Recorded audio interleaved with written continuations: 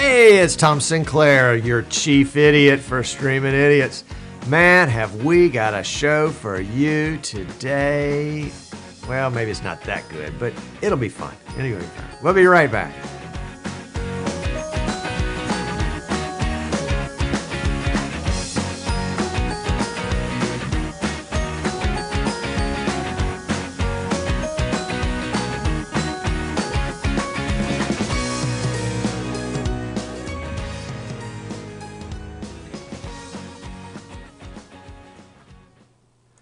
Well, hello. I'm Tom Sinclair, your chief idiot today. It ought to say chief idiot right down there. Instead, it just says streaming idiots. Bringing to you another in the long line. There must be 10 of these shows now, where we talk about streaming and all the mistakes that we make and all the stuff we learn from it when we make mistakes. And it seems like, every day is just a great opportunity to screw something up. Holy cow. I want to welcome all the folks that are watching us live in the chat room. If you want to watch us live, please join us. It's easternshore.studios.com, Wednesday afternoons, about 3:30, 3:45 Eastern time. So that's going to be, 8:35 in London, and then sometime in the early morning hours Thursday in Australia, and we post the show Streaming Idiots on YouTube. It ends up on being posted Friday, but if you'd like a sneak preview of it, go to our website easternshore.studios.com and sign up for exclusive video content. We'll send you an email and let you know what the link is to the video, even though it's not officially published.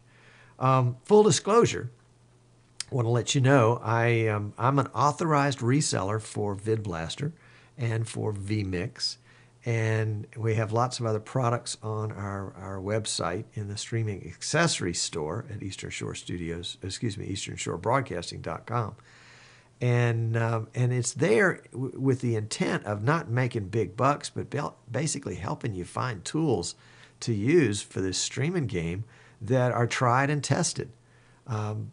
Everybody starts out with the $4 easy cap from China and then freaks out when it doesn't work. That's because the only one that really works is the $31 one that comes from, the United Kingdom, from ezcap.tv.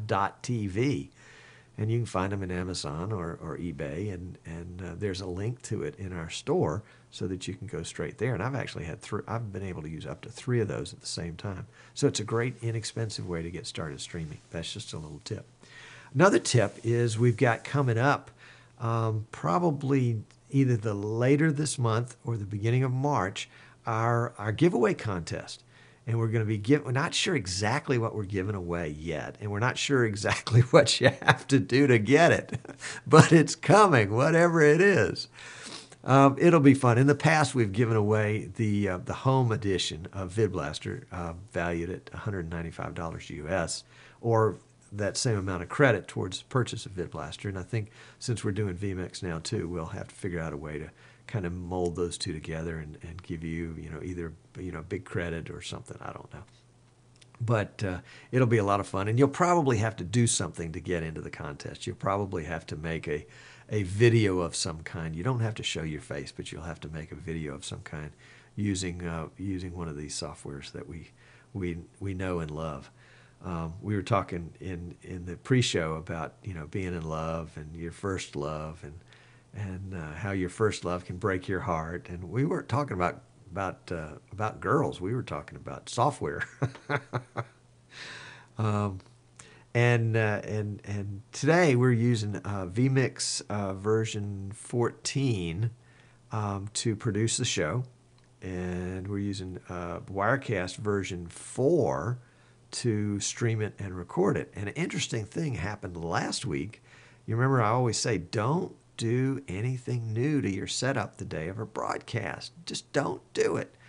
Well, I did it. I set up an IP camera that I'm going to show you about here in just a few minutes, and that IP camera, long 3-hour story short, down to 2 minutes. That IP camera essentially stole all the bandwidth on my local area network So it poached my internet connection. And instead of having 25 to 30 megs up, I had 0.5 megs up. And that's why we had no show last week. We just simply couldn't. It just wouldn't go. And it took a couple, 3 hours to find out the culprit. And that was the one thing that I had done before I was doing the show. I have that very same camera. I have that camera installed and hooked up right now. And we'll be using that, showing you that here in just a few minutes. But I also want to tell you a little bit about today's troubles. Installed all sorts of new things, and not all sorts of new things. I finally broke down, and I've hooked up a second computer to the network. And I haven't figured out exactly how to use it yet. I think I want to use it for Skype guests, and I've got some bugs to work out on that to get it to work. But vMix has this really cool kind of extra software called vMix. What is it called? vMix Desktop Capture. Yeah, that's what it is. vMix Desktop Capture. And vMix Desktop Capture, running on both PCs, allows the PCs to communicate with each other and send vMix stuff from one to the other. And so I can basically take the vMix that is running here on my main production PC. Let's see, I'll show you right there. Main production PC, that's the middle one right here. And actually the one over on the left is the production PC too. But the one over here on the right is going to a PC that's located over here behind a sound panel. So you can't see it quite at the moment.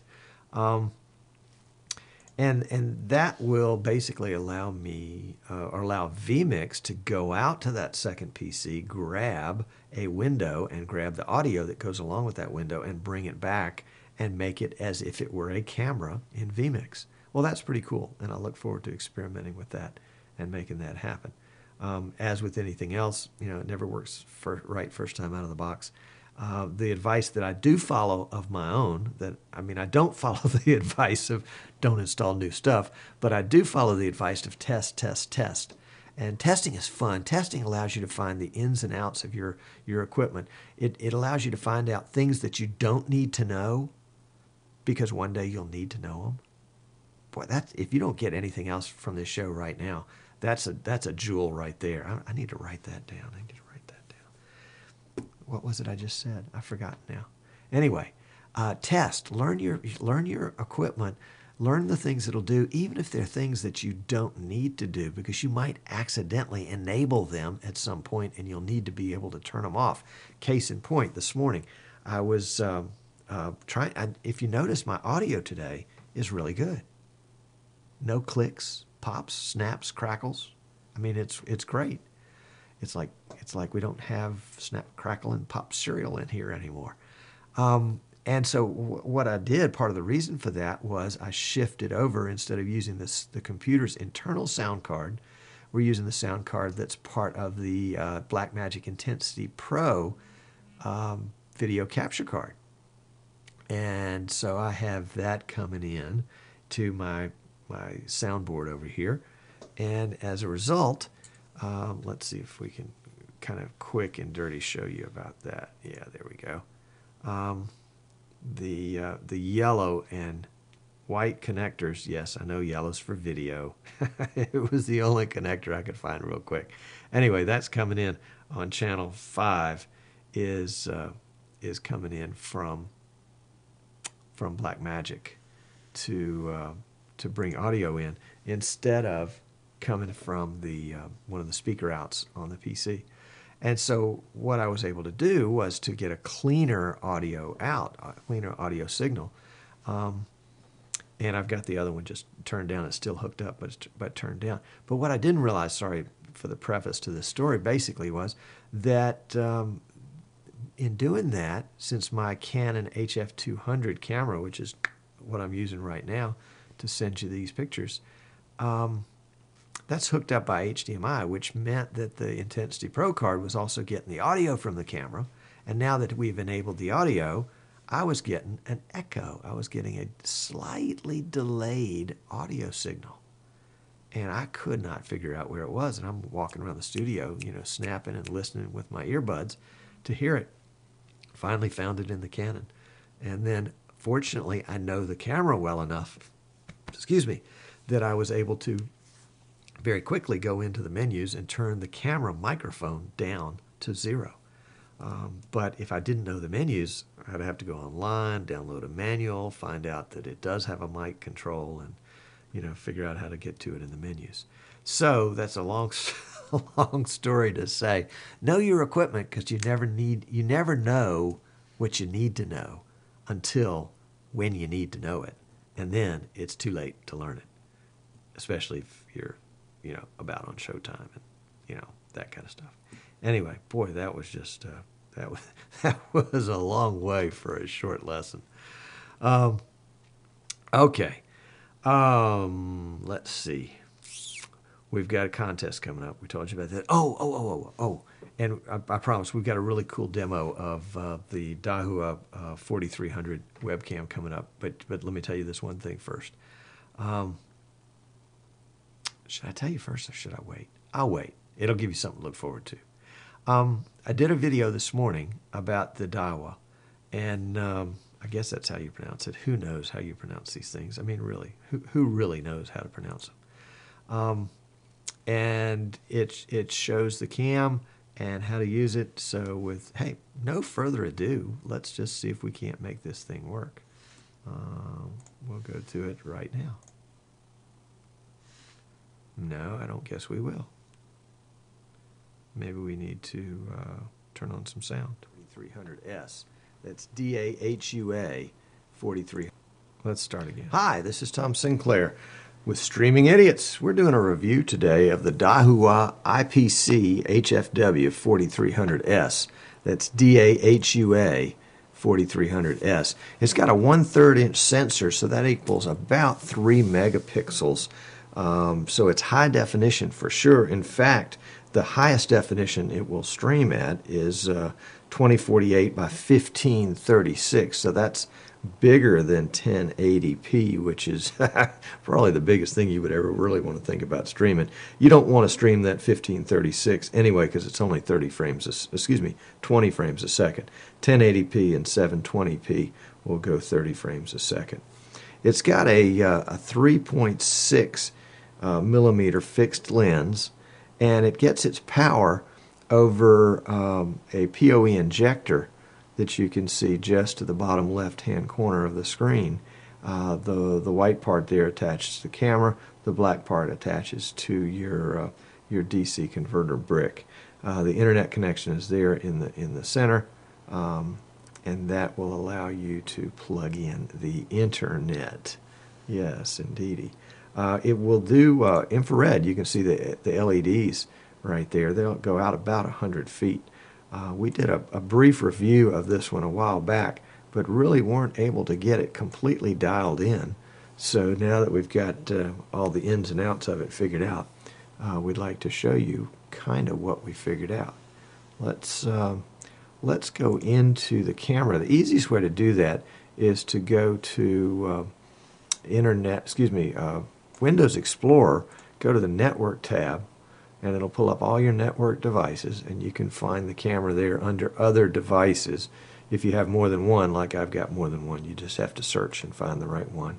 We're going to go to View Devices web page, and that's just simply going to bring up Chrome browser and allow me to put in the username, which is admin, and the password, which is asmin.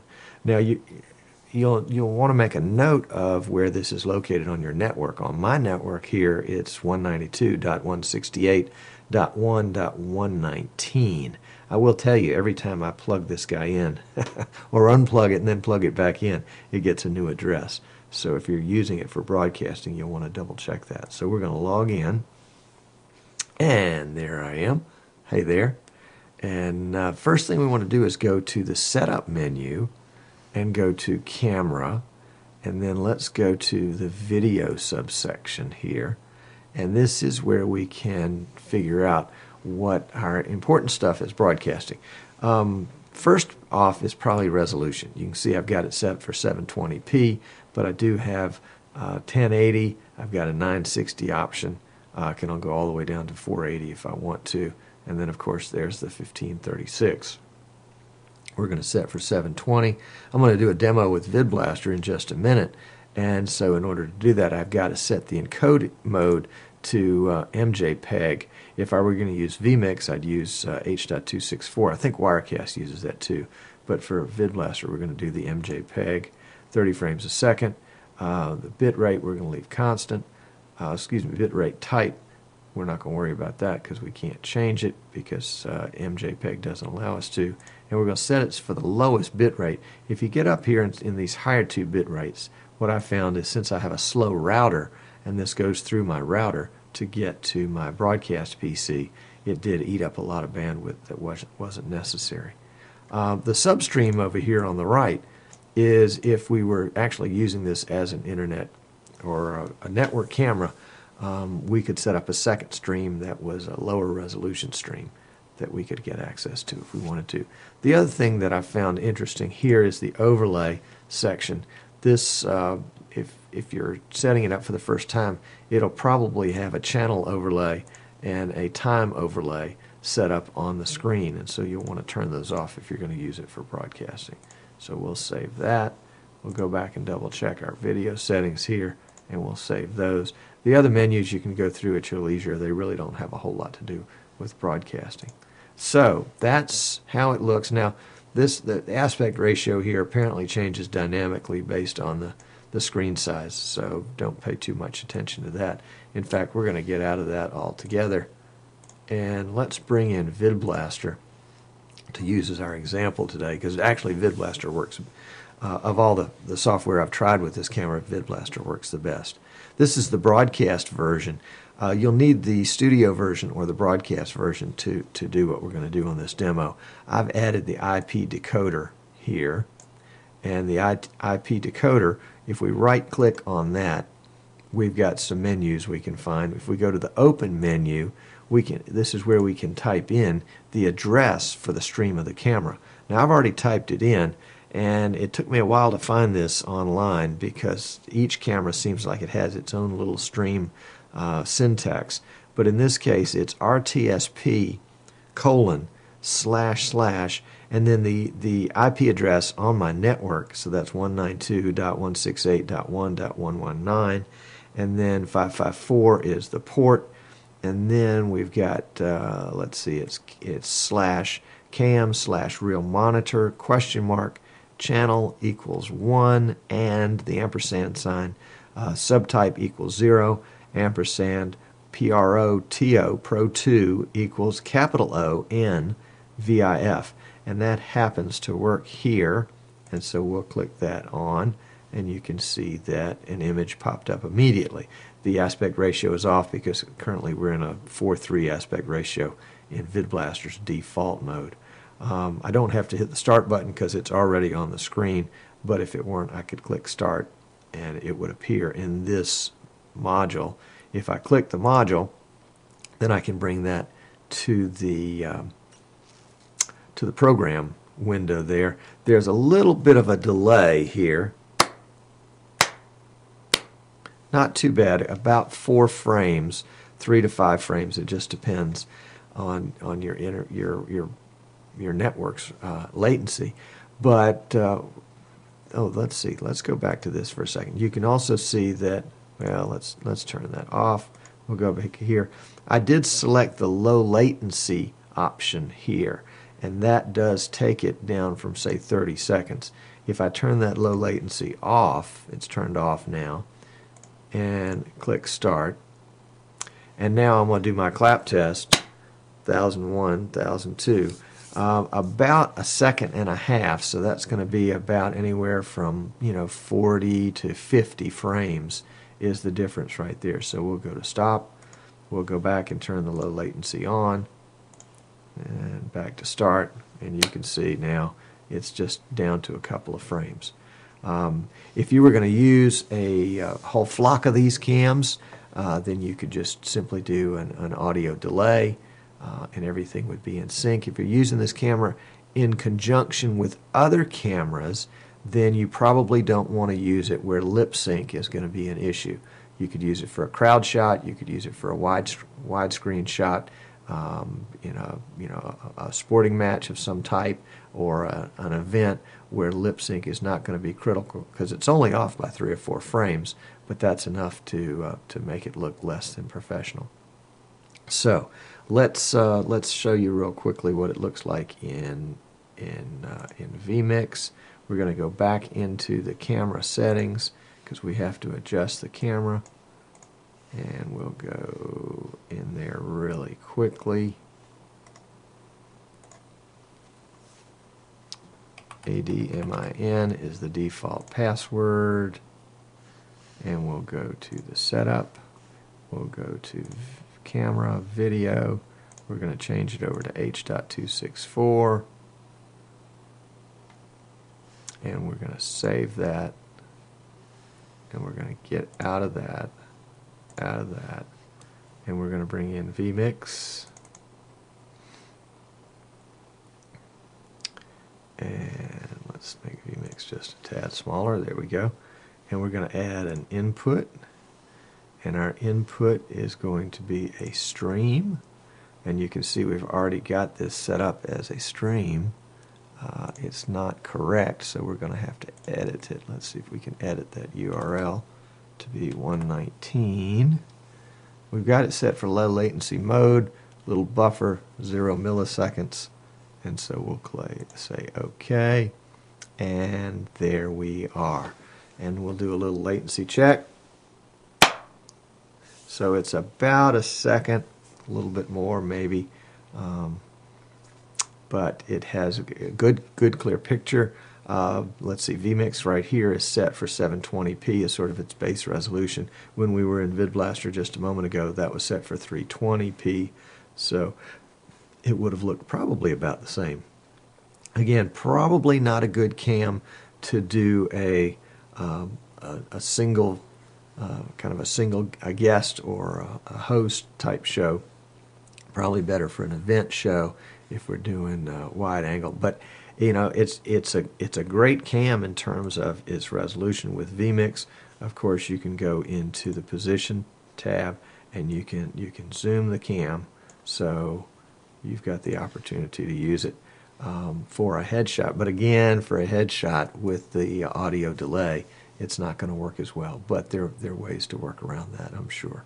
Again, let's see. Yeah, let's wrap it up. This has been the Dahua IPC HFW 4300s high definition network camera. You can Google that Dahua 4300s and find lots of folks that are selling it. Currently now here in February 2014, it's selling for about $120. And that's not bad for a high resolution cam. So, Tom Sinclair, Streaming Idiots, glad you tuned in, and hope this was helpful. Watch us Wednesdays at 3:30-ish Eastern Time, easternshorebroadcasting.com. Okay, hope you were able to stay awake through that whole thing. I've got the camera fired up here, and let me show you what it looks like live, so you can see live. There's a little bit of delay.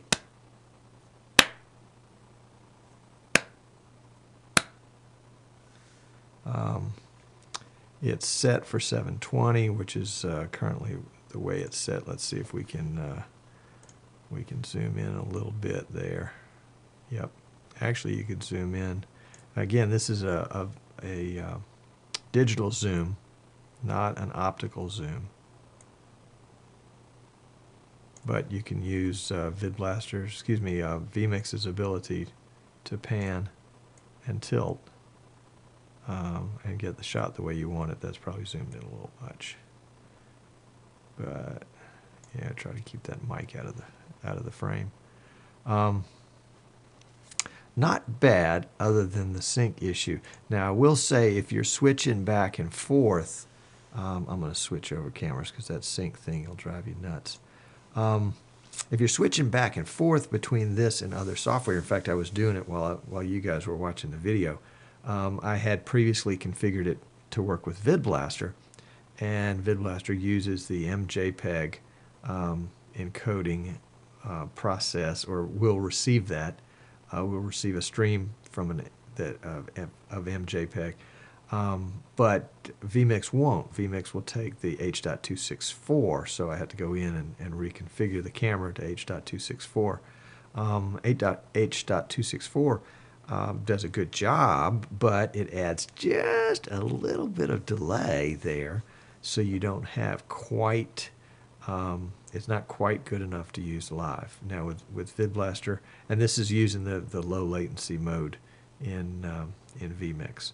Now, again, I'm just learning vMix, so there could be an adjustment that can be made, to increase the amount of buffer or something like that. But even buffering it, buffering doesn't help with latency, latency as compared to live, because you're running the audio to it also. Anyway, it's a neat little camera. I enjoy it, and haven't figured out exactly how I'm going to use it yet, and may end up, letting it go on eBay before. I put things on the shelf thinking I'm going to use them, and then 3 years later I go back and it's like, oh, wow, look at this. This is cool. Wonder why I bought this. It's still here, and I'm not using it.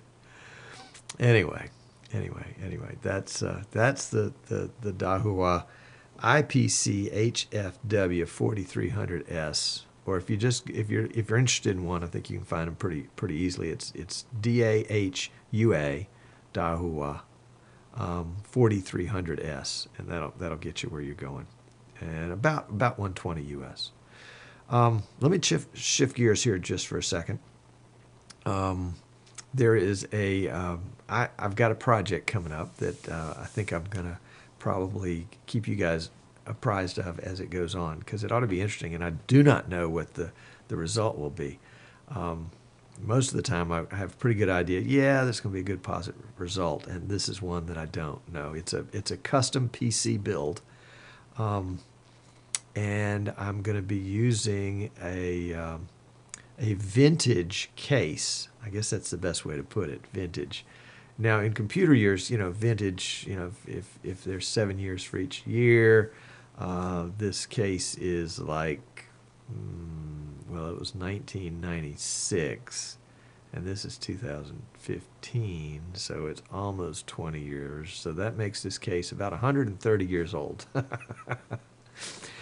But it's an interesting case, and it was one of the very first ones to come out that was sort of a portable TV studio in a box. For those of you that know briefcases, you remember a certain kind of briefcase called a luggage case. A catalog case. And a catalog case was probably, the length of a briefcase. What's that? 20 inches. And then instead of being about 4 inches wide, this rascal's about 8 inches wide. Well, that's about the dimensions of this guy. And it's so big because it builds the monitor and the keyboard into the unit. I mean, you can flip down a panel, and that's the monitor. And you've probably seen these things around. They're kind of the rage nowadays. And I thought, well, here's what a cheapskate I am. I said, this is going to be the poor man's mini TriCaster, or whatever the thing is that's going out there now. Originally it was marketed under the name Stream Genie, and was manufactured by a company called Pinnacle. Well, that's the people that Pinnacle's still around, or at least last time I checked they were. And they have software, and they have little, easy kept kind of devices. But Pinnacle had the whole machine. They had software, they had hardware. It was a bundled system.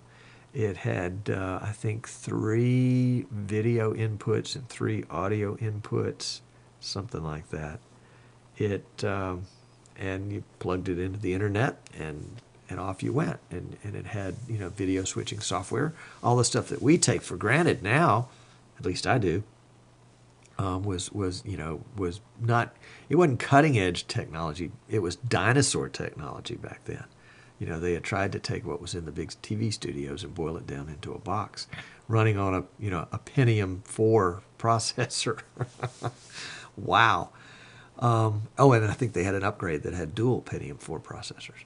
Anyway, that box probably sold for, $30,000 US back in 1995, 1996 when it first came out. I bought one on eBay this week for $100 plus $17 shipping. So it's on its way to me somewhere in the world, probably stuck in a snowstorm. But my thought is to take it and basically gut it. Take out the motherboard, all the internal components, and keep the case and the monitor and the keyboard. I'm hoping that the monitor will be compatible enough and have some sort of connector that it will allow me to connect to either a video card or something somewhere so I can get a monitor. We'll just have to see. We'll see when it comes in. I guess, worst comes to worst, I can replace the monitor with one of the same size and then, deal with all the connections there. I'm trying not to jury rig it too much. I mean, I don't want to have 3 power cords coming out of it and have cords, coming out one end just to be able to plug in the other end. I'm hoping for something that looks pretty decent. It's an experiment. It's a prototype. And I didn't want to. What was it? I got a quote on the case from Taiwan that had the case and the motherboard and the keyboard for $2,500 for one. And I thought, oh, that's a little steep. No wonder those rascals cost $5,000 or $6,000 out there when they're produced by Livestream or whoever. But this one was $100, so we're going to see. And I think what I'll do is probably do the build. And, I want to do it, obviously, as quickly as possible to make sure it's going to work. But I thought I'd video and take pictures of it and then have a report to you guys every week. And then maybe the last week we would actually use that equipment to produce this show. We'll see. So that's coming up. That's kind of on the drawing boards and ought to be a lot of fun. We'll see how it works out. And then maybe we'll auction it off and give the money to charity. Figure out a good charity and have a silent auction on it, and we'll make it fun. We'll put whatever your favorite software is, or you can put your own software on it. Hey, there you go, and we'll test it with Wirecast and vMix and VidBlaster and make sure it works okay with all of those, and then you'll know. So that'll be pretty fun, I think. If you've got some ideas of fun things that we can do, or if you'd like to do fun things with us, drop me a line, tom@streamingidiots.com, and we'll see if we can figure out. Somebody's put a link in a chat room, and then they say, "Is this it?" So excuse me for a second. Let me just grab that link, and we'll pop it into the browser here and see if that's it.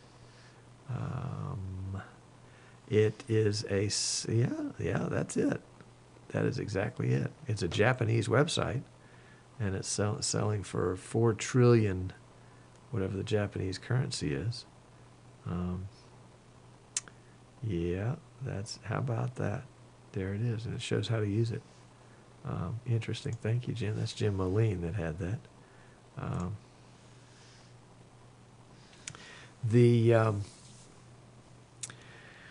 So that's our next upcoming project, which ought to be a lot of fun. Let's see, what else can I tell you that you don't already know? I've told you about all the troubles that I've had. Told you about the camera and the contest and the new plan. Somebody says in chat room there's one on eBay for $14.95. Yeah, I've been watching that one, but that was not $14.95. It was $1,495.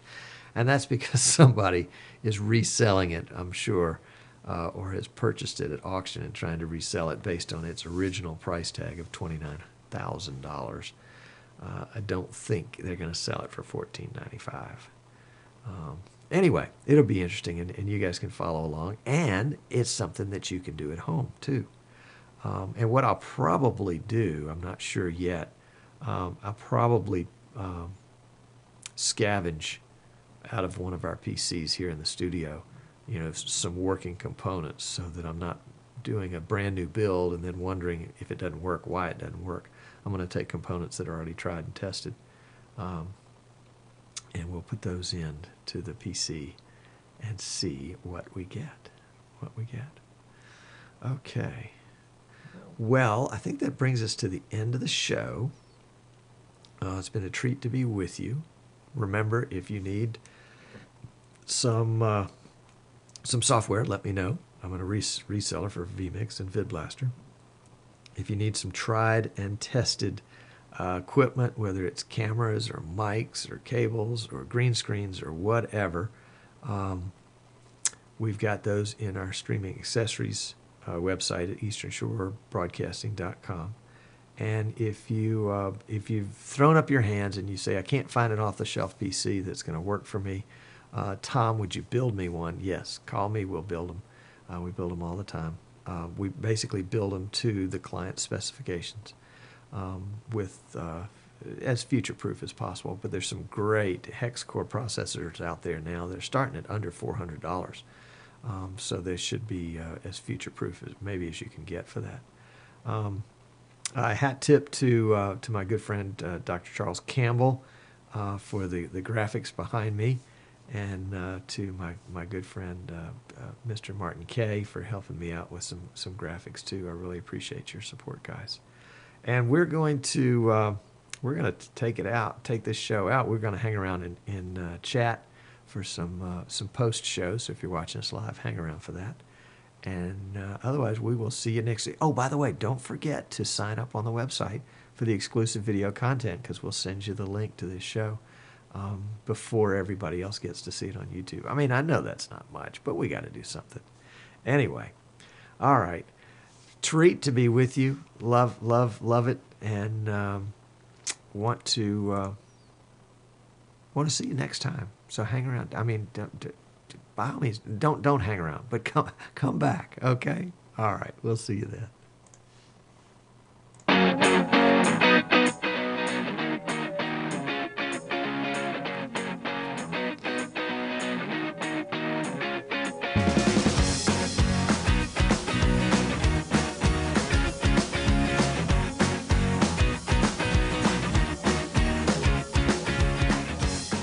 Don't forget to tune in next week.